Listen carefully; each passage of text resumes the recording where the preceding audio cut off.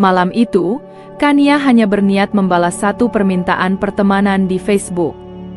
Foto profil pria itu memperlihatkan sosok gagah dengan seragam loreng, berdiri tegap sambil tersenyum di depan sebuah kendaraan militer. Nama akunnya Rangga Pratama. Di kolom bio tertulis singkat, "Mengabdi untuk negeri, mencari pasangan hidup yang setia."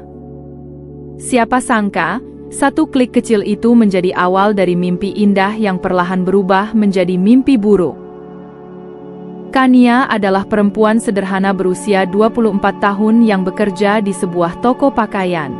Kesibukan membuatnya jarang bergaul, sehingga media sosial menjadi tempatnya mencari teman baru. Ketika Rangga mulai mengirim pesan, pembicaraan mereka terasa menyenangkan. Rangga mengaku sering bertugas di luar kota, sehingga sulit memiliki hubungan yang serius. Setiap pagi ia mengirim ucapan selamat bekerja. Setiap malam ia menanyakan apakah Kania sudah makan. Bahkan ketika Kania sedang sakit, Rangga mengirim uang untuk membeli vitamin. Sikap perhatian itu membuat hati Kania perlahan luluh. Yang paling membuat Kania kagum adalah foto-foto Rangga. Hampir semuanya mengenakan seragam tentara lengkap, sepatu bot mengilap, dan baret yang tampak meyakinkan. Ia sering bercerita tentang latihan berat, tugas menjaga wilayah perbatasan, hingga rencana masa depan setelah pensiun nanti.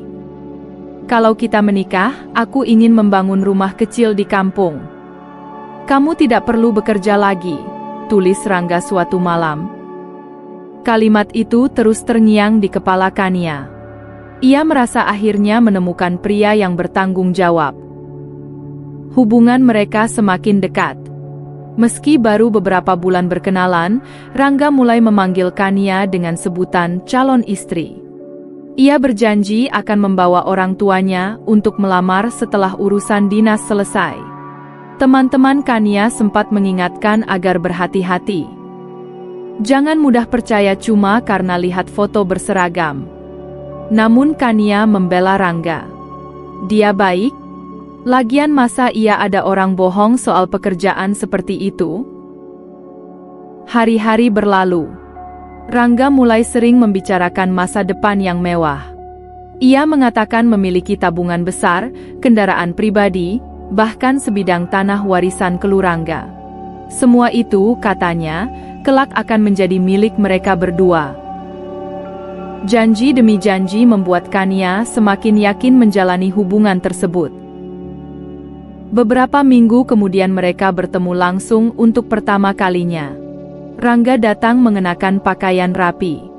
Meski kali ini tidak memakai seragam, pembawaannya percaya diri dan tutur katanya sangat meyakinkan. Ia membawa bunga, membayari makan malam, bahkan membelikan hadiah kecil untuk Kania. Pertemuan itu berlangsung hangat.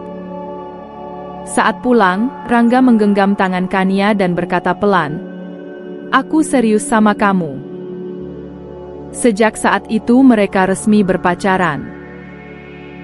Rangga terus memberi iming-iming kehidupan yang lebih baik.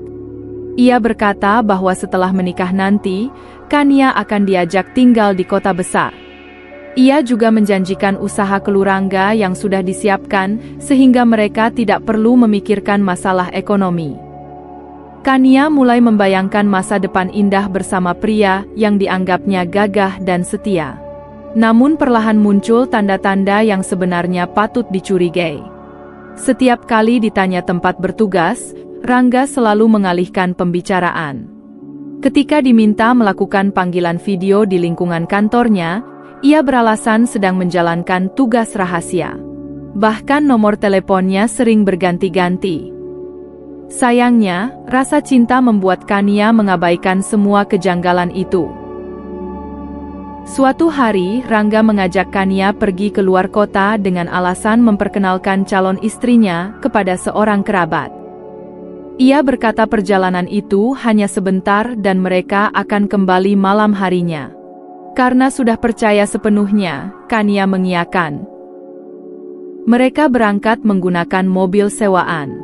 Di sepanjang perjalanan, Rangga terus bercerita tentang rencana pernikahan dan rumah impian mereka. Ia membuat Kania merasa menjadi perempuan paling beruntung di dunia. Namun mobil itu tidak berhenti di rumah kerabat seperti yang dijanjikan. Rangga justru membawa Kania ke sebuah tempat penginapan sederhana di daerah yang asing baginya. Ia mengatakan hari sudah terlalu malam dan lebih aman beristirahat sebelum melanjutkan perjalanan. Kania sempat merasa ragu, tetapi Rangga kembali menenangkan dengan berbagai janji dan kata-kata manis. Hari berikutnya situasi berubah drastis. Dompet Kania, telepon genggam, dan perhiasan yang dibawanya menghilang. Ketika ditanya, Rangga beralasan akan menyimpannya agar aman. Ia bahkan meminta kartu ATM dengan dalih membantu mengurus kebutuhan mereka. Karena percaya, Kania menyerahkannya. Beberapa hari kemudian, Rangga membawa seluruh barang berharga itu dan menghilang tanpa kabar. Nomor telepon tidak aktif. Akun Facebook lenyap. Semua pesan yang pernah mereka kirim seolah ikut menghilang bersama pria tersebut. Kania kebingungan. Ia mencoba mencari alamat yang pernah disebutkan Rangga, tetapi tidak pernah menemukannya. Foto-foto berseragam yang dulu membuatnya kagum ternyata diduga hanyalah alat untuk membangun citra dan memperoleh kepercayaan. Cobaan belum berhenti sampai di situ. Beberapa minggu setelah kembali ke rumah, kondisi kesehatan Kania berubah. Ia mudah lelah dan sering mual. Setelah memeriksakan diri ke fasilitas kesehatan, hasilnya menunjukkan bahwa ia sedang mengandung. Kabar itu membuat dunianya terasa runtuh. Ia menangis berhari-hari, bukan hanya karena kehilangan harta benda, tetapi juga karena merasa dikhianati oleh orang yang pernah dijanjikan menjadi pendamping hidupnya. Orang tuanya terkejut sekaligus sedih melihat keadaan putri mereka. Alih-alih menyalahkan tanpa henti, keluarga memilih mendampingi Kania menghadapi kenyataan dan menyusun langkah untuk melaporkan dugaan penipuan yang dialaminya kepada pihak berwenang. Dalam proses itu, Kania baru mengetahui bahwa beberapa foto yang digunakan Rangga di media sosial ternyata tidak dapat dipastikan keasliannya. Ada kemungkinan identitas yang dipakai bukan identitas sebenarnya. Pelajaran pahit itu mengubah hidup Kania. Ia mulai menyadari bahwa penampilan, seragam, ataupun janji manis tidak selalu mencerminkan karakter seseorang. Kepercayaan perlu dibangun melalui tindakan nyata dan verifikasi yang jelas, bukan hanya lewat kata-kata di layar ponsel. Perlahan-lahan Kania bangkit.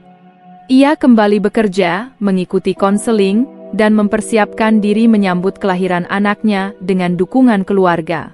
Luka di hatinya memang belum hilang, tetapi ia memilih menjadikannya sebagai pelajaran agar tidak terjebak dalam penyesalan seumur hidup. Di hadapan teman-teman dan orang-orang yang mengenal kisahnya, Kania sering berkata, "Kalau baru kenal di media sosial, jangan cepat percaya hanya karena foto atau status pekerjaan. Luangkan waktu untuk mengenal orang itu lebih dalam, periksa informasi yang bisa diverifikasi, dan jangan mudah tergiur janji kehidupan sempurna." Kisah Kania menjadi pengingat bahwa penipu sering memanfaatkan citra yang dihormati masyarakat untuk membangun kepercayaan. Seragam yang tampak meyakinkan, perhatian yang terasa tulus, dan janji masa depan yang indah bisa saja hanyalah topeng untuk memanipulasi korban. Pada akhirnya, yang paling berangga bukanlah rayuan atau penampilan luar, melainkan kejujuran, keterbukaan, dan kehati-hatian dalam menjalin hubungan. Karena sekali kepercayaan diberikan kepada orang yang salah, dampaknya dapat mengubah jalan hidup seseorang untuk waktu yang sangat lama.